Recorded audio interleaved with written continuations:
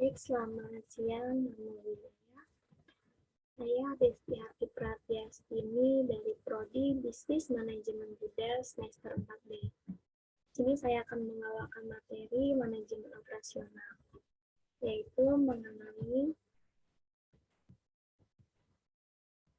yang pertama definisi strategi operasi, yang kedua perumusan strategi operasi, dan yang ketiga strategi manajemen operasi dalam meningkatkan produktivitas dan keunggulan bersaing. Yang pertama yaitu definisi strategi operasi. Menurut Haming dan Mahfud pada tahun 2011, strategi operasi yaitu sebagai alat untuk mewujudkan visi dan misi perusahaan melalui kegiatan operasi produksi. Strategi operasi juga mampu sebagai perumusan keputusan mengenai desain proses, pemilihan teknologi produksi, penentuan skala produksi, perencanaan, dan pengendalian sediaan serta pemilihan lokasi. Menurut Reid dan Sanders pada tahun 2016, strategi operasi yaitu suatu rencana seperti penetapan desain dan menggunakan sumber ini untuk mendukung strategi bisnis. Hal tersebut meliputi lokasi, ukuran jenis fasilitas yang tersedia, keterampilan pekerja, dan diperlukan bakat seperti penggunaan teknologi, diperlukan sistem proses khusus, peralatan khusus, metode pengendalian kualitas. Selanjutnya yang kedua, perumusan strategi pemasaran.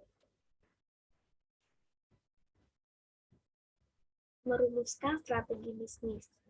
Itu masukan yang relevan untuk proses perencanaan strategi adalah kebutuhan pelanggan akan produk atau jasa, kekuatan dan kelemahan pesaing, lingkungan secara umum, kekuatan dan kelemahan budaya, dan sumber daya organisasi sendiri. Perumusan strategi adalah pengembangan rencana jangka panjang untuk efektivitas manajemen yang didasari oleh peluang dan ancaman lingkungan yang dilihat dari kekuatan dan kelemahan perusahaan. Perumusan strategi perusahaan meliputi hal-hal berikut ini. Yang pertama yaitu ada visi dan misi dan tujuan operasi, kedua strategi perusahaan, ketiga kebijakan, keempat strategi manajemen operasional, dan yang kelima membangun kompetensi mewujudkan strategi. Untuk yang pertama yaitu misi dan tujuan operasi di sini, yaitu misi ini disusun dengan baik, yaitu supaya mendapatkan tujuan yang mendasar dan unik yang membedakan suatu perusahaan dengan perusahaan lain. Oleh karena itu, misi perusahaan sangat penting karena akan memberikan maksud dasar untuk mendorong penggunaan sumber daya yang optimal, memberikan standar penglokasian sumber daya organisasi, dan dapat juga menciptakan sikap dan pandangan yang senada dan memudahkan pengenalan atau penjabaran maksud perusahaan dalam tujuan-tujuan terperinci. Yang kedua yaitu strategi perusahaan. Strategi perusahaan di sini itu merupakan perencanaan tentang tata cara perusahaan untuk mencapai visi tujuannya tersebut. Strategi tersebut akan memaksimalkan keunggulan komparatif dan minimalkan keterbatasan bersaing. Yang ketiga yaitu kebijakan. Kebijakan di sini yaitu menyediakan pedoman luas untuk mengambil pengambilan keputusan organisasi secara keseluruhan untuk menghubungkan perumusan strategi dan implementasi. Yang keempat, strategi manajemen operasional, yaitu di sini perusahaan mencapai misinya melalui 3 cara, yaitu direferensiasi, kepemimpinan biaya, dan respon yang cepat. Kemudian yang kelima, membangun kompetensi mewujudkan strategi, yaitu ada kompetensi inti dan kondisi internal. Itu merumuskan strategi untuk memantau kondisi internal seperti keahlian bernegosiasi, berpikir kreatif, dan kepemimpinan. Yang kedua, ada kompetensi strategi itu menjamin strategi berjalan tidak hanya dengan kumpulan orang-orang pintar atau individu, tetapi juga dipandu dengan kompetensi manajemen sehingga mampu menciptakan kompetensi organisasi ataupun bekerja sama dengan pihak lain. Kemudian ada peran sumber daya manusia. Di sini sumber daya manusia, karena sumber daya manusia itu aset yang ada yang dapat berjalan jika digerakkan oleh sumber daya manusia yang berkompeten. Sumber daya manusia ini juga berkompetensi yang lebih baik dapat mengalihkan kinerja yang baik pula.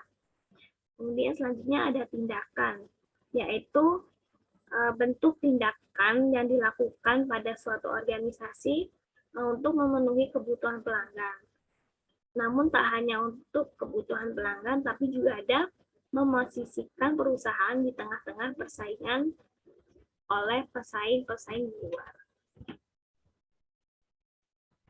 Proses perumusan strategi NSW, yaitu ada pesaing, ada kekuatan perusahaan, ada sumber daya perusahaan, ada lingkungan, ada budaya perusahaan, ada kelemahan perusahaan, dan ada pelanggan. Kemudian ada strategi lead bank, strategi pemasaran, strategi donasi, dan strategi keuangan. Yang ketiga yaitu strategi manajemen operasi dalam meningkatkan produktivitas dan keunggulan bersaing.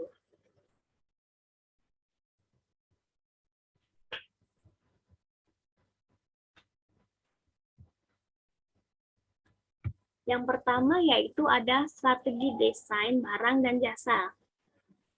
Strategi desain barang dan jasa ini yaitu bagaimana kita perusahaan itu merancang atau mendesain suatu barang supaya dapat menarik konsumen.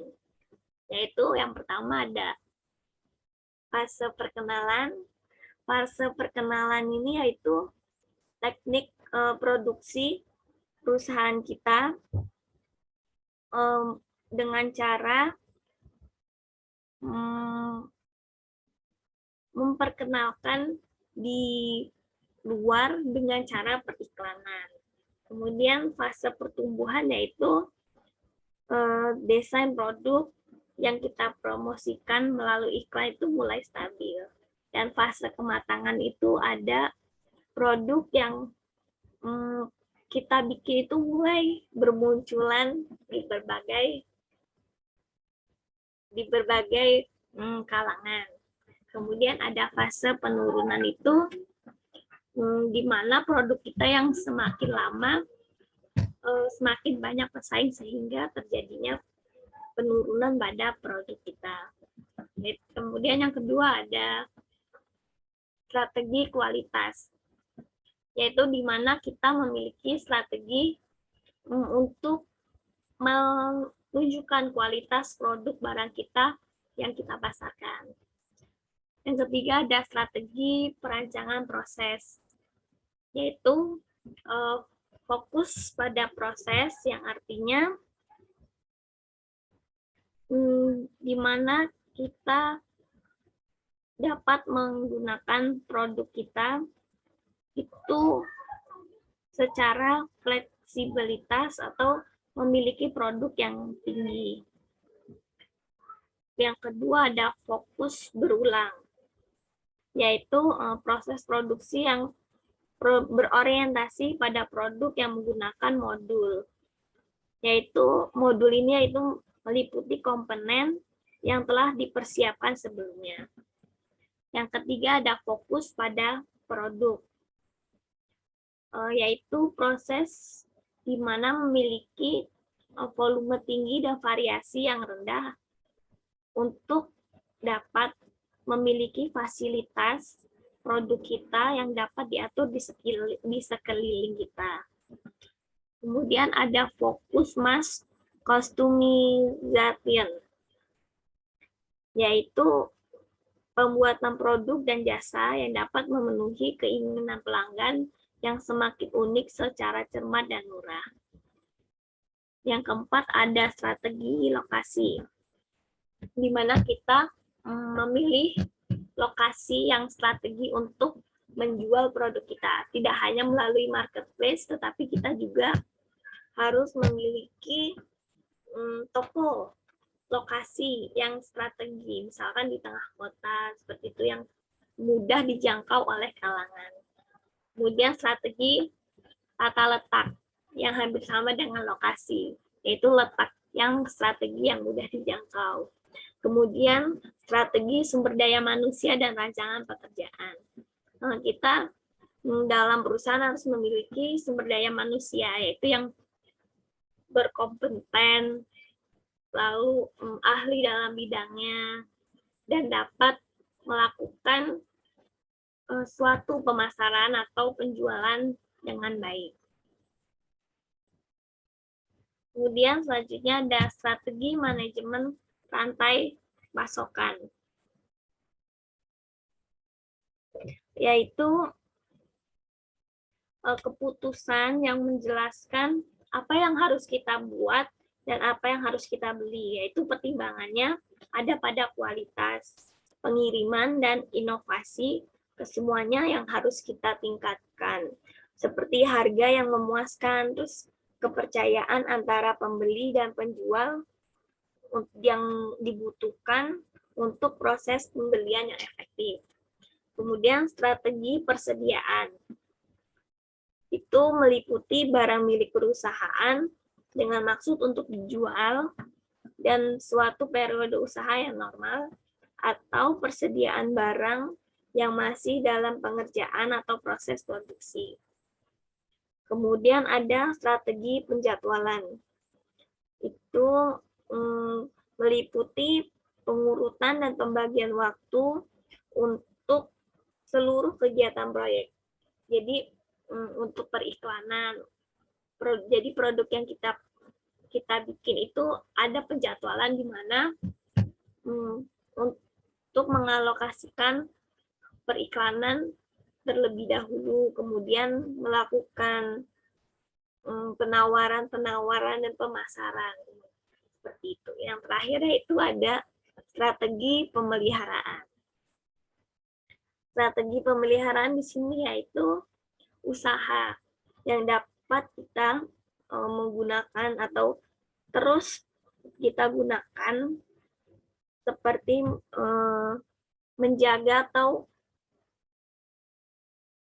melakukan perawatan, peralatan, dan fasilitas produksi agar kontinuitas produksi dapat terjamin. Baik, demikian presentasi dari saya. Kurang lebihnya saya mohon maaf. Saya akhiri. Selamat siang. Namo Buddhaya.